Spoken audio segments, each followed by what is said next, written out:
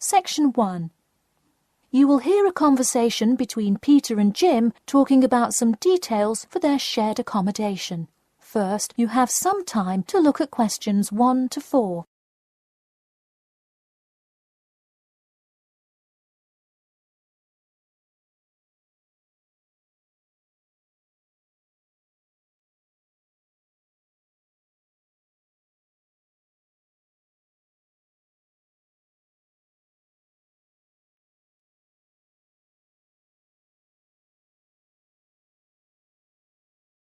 You will see that there is an example which has been done for you.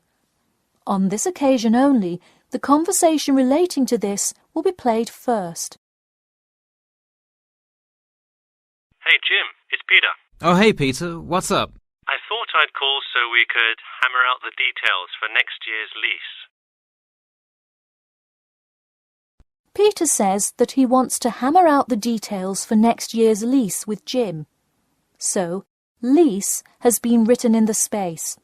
Now we shall begin. You should answer the questions as you listen, because you will not hear the recording a second time. Listen carefully and answer questions 1 to 4. Hey Jim, it's Peter. Oh hey Peter, what's up? I thought I'd call so we could hammer out the details for next year's lease. That's a good idea. Did we ever decide on how to split the total rent? Well, I was thinking, since my room is bigger, I probably should pay a little more. So I could pay £110 and you could pay £80. Does that sound okay?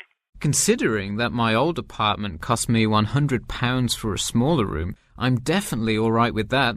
Hey, I was looking at a map of the area and can't seem to find a bus stop near it.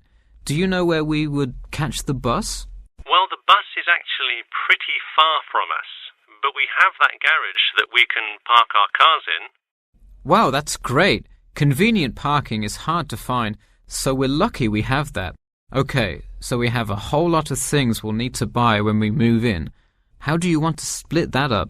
I was wondering, do you still work at the supermarket? Yep, every Tuesday and Saturday. Would you be able to buy things from there if I sent you a shopping list? Sure, I can do that. Great. Then I can take care of whatever else we need that you wouldn't get at a supermarket. If you want, I'll pick you up from work that day and we can go to the apartment together. Oh, that would be great, thanks. No problem. That way we can split the cost of petrol. Works for me. It's so expensive these days, isn't it? It's downright obscene. Before you hear the rest of the conversation, you have some time to look at questions 5 to 10.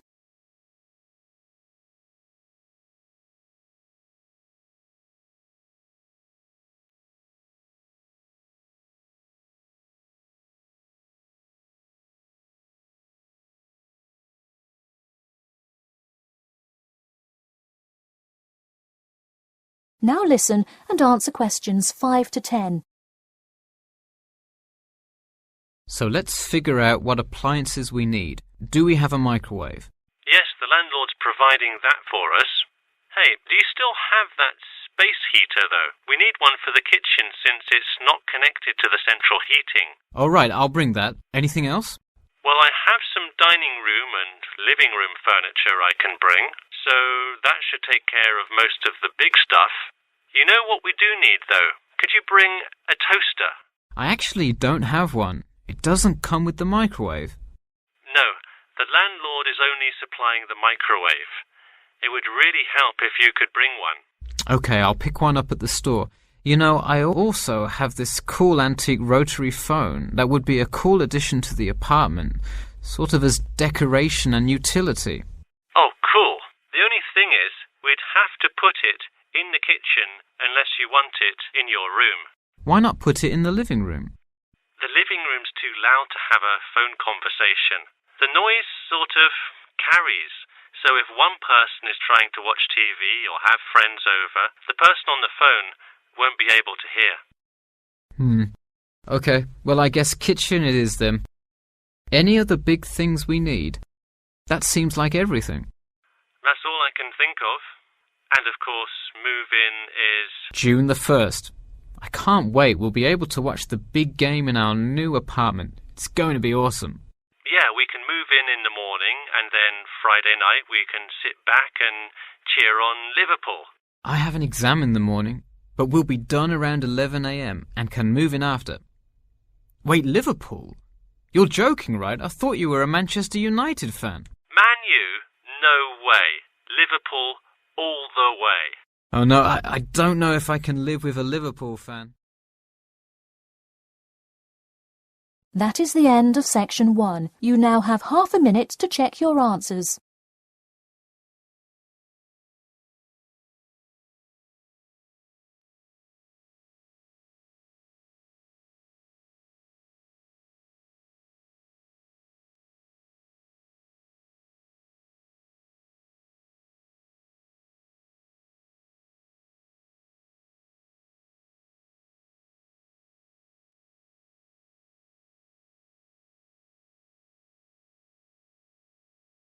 Now turn to section 2.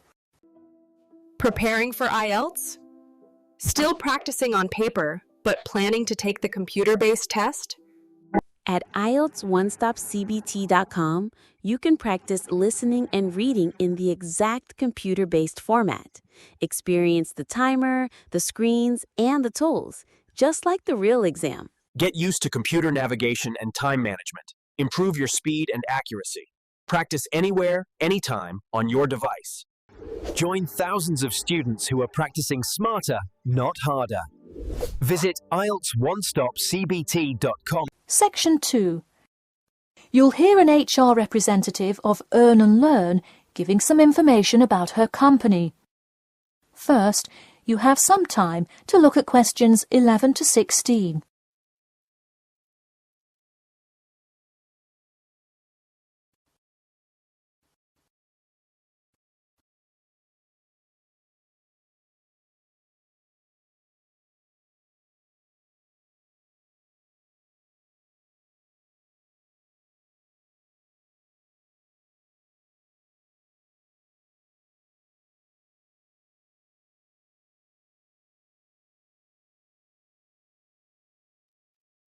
Now listen carefully and answer questions 11 to 16. Welcome to all of you. Can everybody see and hear me? Good. I'm Sarah Connor, an HR representative of Earn and Learn. I have been asked today to talk to you about our company. So, for those of you who don't know very much about the company, let me start by giving you some basic information about it. Earn and Learn started nearly 20 years ago. It is not a charity but a for-profit company that enables promising entrepreneurs to make money while traveling.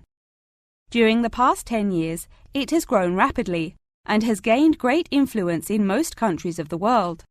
We have a partnership with the school and take a large number of recent graduates from the business school. So, if you are a recent graduate, I'd say you can consider applying to our company. Before your application, you might be curious about what sort of places you could go to. There are 4 main locations, but you also have the freedom to submit a different location, and if they can make the necessary arrangements, you can go. The first country Earn and Learn established locations was the US, where you may choose from multiple locations, as long as you can commit to their more rigid schedule of August to December. Also, you could do the Australia internship. That one is really cool. You work at a wildlife shelter and learn about the business practices of non-profit organizations. You do have to be willing to commit 8 months for that one, though. Perhaps that's a long time to be so far away, but I would say it is really an amazing opportunity. I don't know whether some of you are in decent physical shape. If so, the South Africa internship is another exciting one. You learn a lot about sustainable farming, but you would be doing some of the manual labor involved in maintaining a farm. Indeed, it's hard work, but I think you would definitely be able to do it. It may be wise to wait until after their summer is over, so it's not so terribly hot. In addition, there is a most recently established location in India. This one gives you more of a study abroad feel, given that they arrange a host family for you to stay with. In the other locations, you live in an apartment with other interns, so this is definitely a unique experience. Before you hear the rest of the talk, you have some time to look at questions 17 to 20.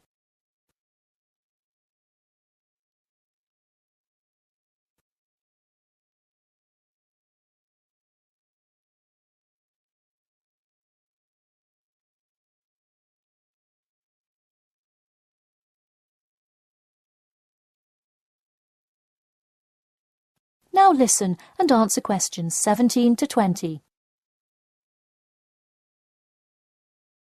Regardless of where you go, at the end of the program you get a global travelling certificate, as long as you can explain your experience. You can provide a written log of what you did. I recommend writing journal or blog entries about what you do every day, or a weekly summary of each day. Of course, you don't have to write up a formal report or anything like that, and you need to apply for it once you have returned. Some students may want to know whether this is a paid internship. Actually, you have to pay for the flight there yourself.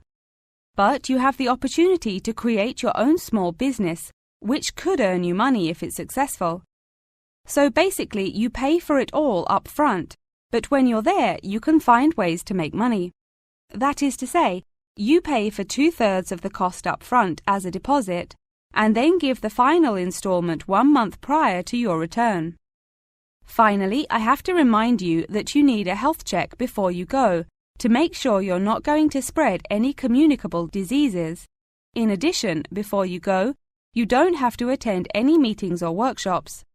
You'll meet everyone you'll be working with once you get there. Okay. Well, that's all I've time for today.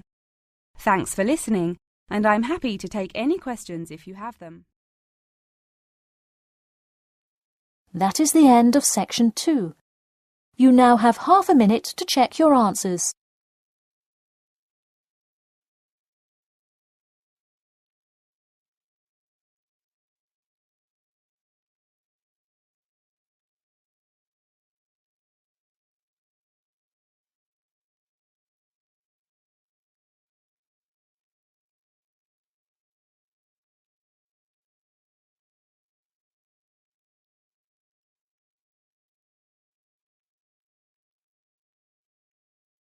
Now turn to section 3. Section 3. You will hear a student called Margaret Parkinson talking about the class she missed on Thursday with her professor. First, you have some time to look at questions 21 to 26.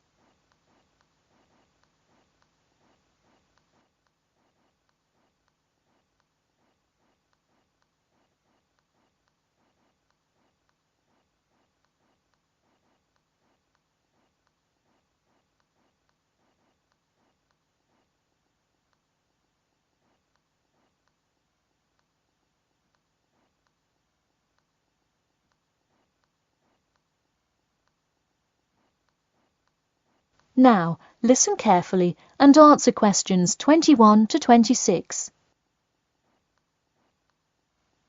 Hi, Professor Timmons. Do you have a few minutes? I was hoping to talk about what I missed on Thursday. Hello, come in. Sure, sit down. Could you tell me your name, please? Margaret, sir. Margaret Parkinson. I apologise for missing your class, but I had to go to the hospital. I'm sorry to hear that. Everything is okay now, though, I hope? Yes, thanks. Glad to hear it. So on Thursday, I outlined the research project that will account for 30% of your grade. All students will be divided into groups and will give a well-researched presentation to the class covering a specific topic relevant to student life. Oh, that sounds interesting. Can we choose just any topic that pertains to life as a student, like how to start your own student organisation? Well, though I'm sure that would be an informative presentation, I've already chosen a list of topics which I will assign. As an example, I assigned one group the topic of student loans. They're to research not just the prevalence of students who have loans to pay for their tuition, but information as to how best to manage these loans and possible scholarships that could alleviate some of the financial burden. That one sounds particularly interesting to me. Could I request that topic? I could easily find out a lot about it by stopping by the finance office on my way to class. Unfortunately, that one's already taken by another group. I have, however, assigned you to a group and given you all one of two choices. Oh, I see. What are the choices? The first is discussing smoking, trends in the number of student smokers compared with the general population, popular reasons students take up smoking, and more healthy alternatives to smoking. That one could be interesting. I'm not a smoker myself, but we'll see what my group thinks. If we did choose this topic, we would rather not put our fellow students on the spot to interview them. Where else could we gather information? How about where the cigarettes are sold? Oh, that's a great idea. I could interview the manager of a supermarket and find out the average age of people buying cigarettes, or how much they buy, that sort of thing. Precisely. Okay, I'll keep that in mind. And what was the other topic? The other topic is the practice of natural medicine. It sounds far more specific than the others, but it is more of an exercise of outlining a career path. If your group chooses this, you would cover the specifics of becoming a doctor of natural medicine, how to become licensed to practice natural medicine, what the career outlook is, etc. You could find much of the information you need on this in the Careers Office. Wow, that would be really helpful, not just in learning about natural medicine, but in how to approach researching any career path. That's the idea. I want groups to really think outside the box to find information on their topics. They should interview multiple sources. Okay, now I think I have the general idea. Before you hear the rest of the talk, you have some time to look at questions 27 to 30.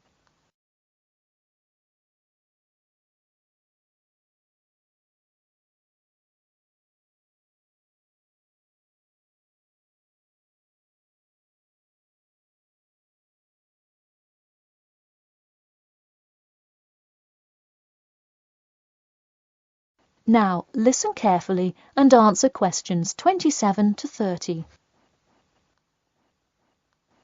When is the presentation due?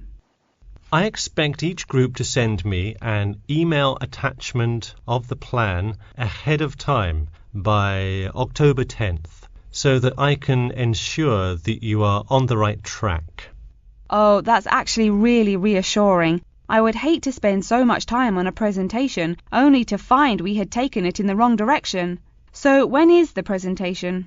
I let groups choose from the list of time slots I have between November 1st and November 5th.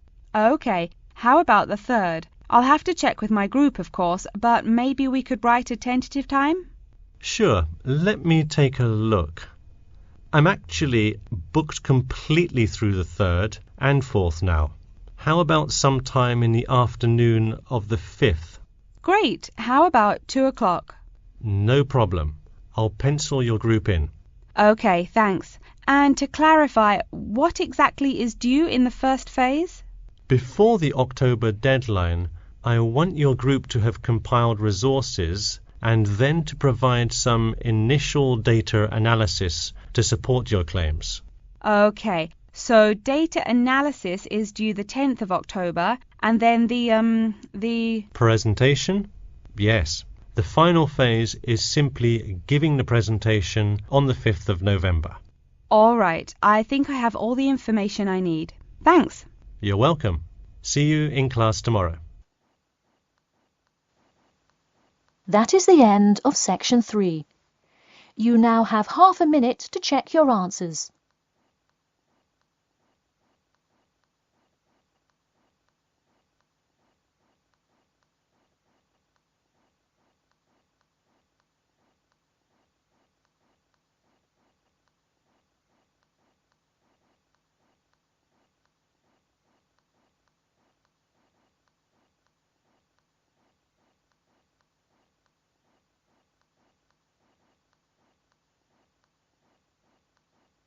Now turn to Section 4.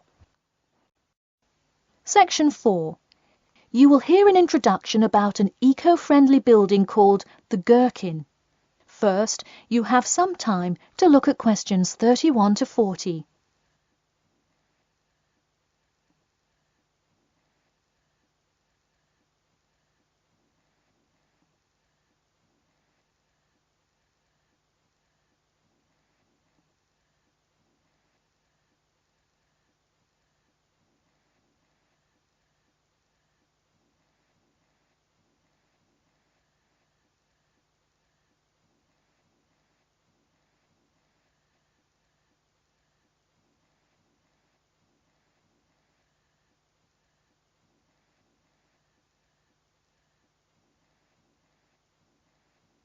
Now, listen carefully and answer questions 31 to 40.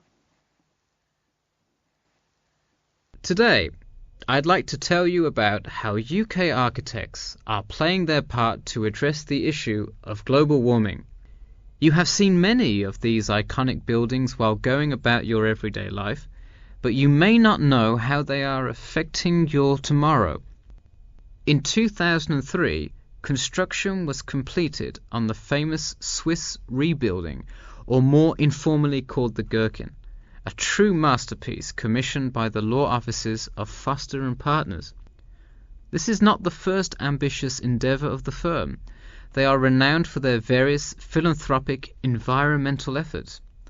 The Gherkin, with its cutting-edge green initiative and sharp design, is gaining recognition as an icon in modern architecture. You can pick it out of the London skyline by its unorthodox cigar shape. While its appearance is the obvious attribute at which to marvel, there is far more to this building than meets the eye. And let's face it, there's a lot about this building that meets the eye. The building helps reduce the city's carbon footprint in a number of ways. Just a quick note, in case you're not familiar with the term carbon footprint, get used to it. It's a buzzword you'll hear relentlessly to talk about reducing emissions. Think of it as the amount of harmful greenhouse gases that are given off into the environment by a single person, organization, or product. So going back to the Gherkin building, perhaps the most obvious as well as the most significant eco-friendly feature is the glass windows, which allow light to pass through the building, both reducing heating costs and brightening up the workspace. The ingenuity behind the various eco-friendly aspects of the Gherkin has seen its fair share of publicity both from serious and silly sources. In a recent April Fool's Day edition, One e-publication printed a story detailing plans to replace 50% of the current exterior with grass, which would not only make large steps in the name of sustainability, but also give the building the green hue that would truly earn it the nickname of the Gherkin. The only drawback is, as you may have guessed, that this story was an April Fool's Day joke and completely made up.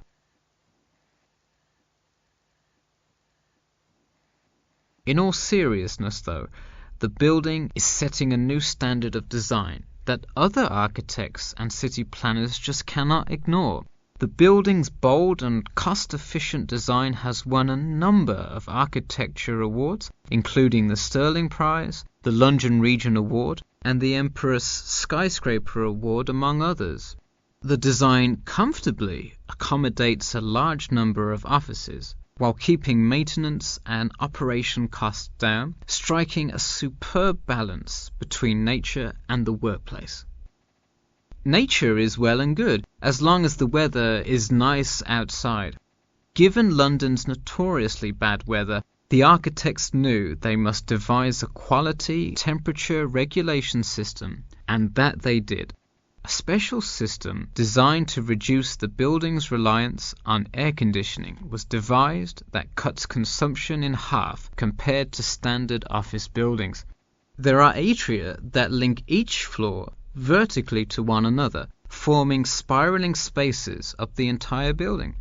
They serve not just as social common spaces, but also act as the building's lungs, distributing clean air from the opening panels in the facade through the entire building. The building isn't all business though. It has its fair share of fun as well. At the very top, a club room offers a picturesque entertainment spot for company functions, private parties, etc., with a breathtaking panoramic view of the city. The creation of such an innovative structure has many wondering what the future of urban planning and architecture may be. Well, if the other projects currently commissioned by Foster and Partners are any indication, the entire city constructed with similarly eco-friendly buildings is not far in the distance. The Masdar City development aims to create a desert city that produces zero waste and removes as much carbon dioxide from the atmosphere as it puts in, a huge feat in protecting our Earth. The Gherkin is a truly impressive feat, yet it is not the only one worth noting. Now to move on to another green initiative, I'll tell you about the Eden Foundation building found in Cornwall. That is the end of section 4. You now have half a minute to check your answers.